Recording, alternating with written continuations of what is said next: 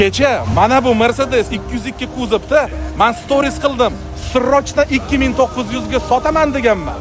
Buxorodan Shohrux aka degan bratimiz ko'rdilar, ukasi ko'rdimi, o'zlari ko'rdimi?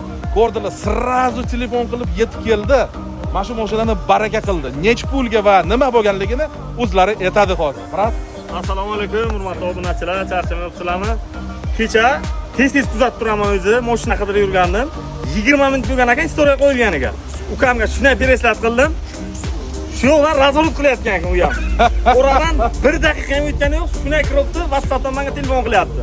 Mana shu mashina, mana shu mashina deyapti. Haydab ko'rdik, gaplashdik.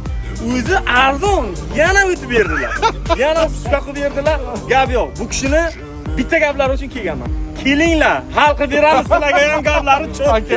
Sizlar ham kelinglar lekin artishlar. aka, rozimisiz bizdan? Roziman aka. Alloh xayrli qilsin. Zo'r mashina, zo'r pulga olasiz aka. Kelinglar, sizlarga ham hal qilib beramiz, xudo xolasa.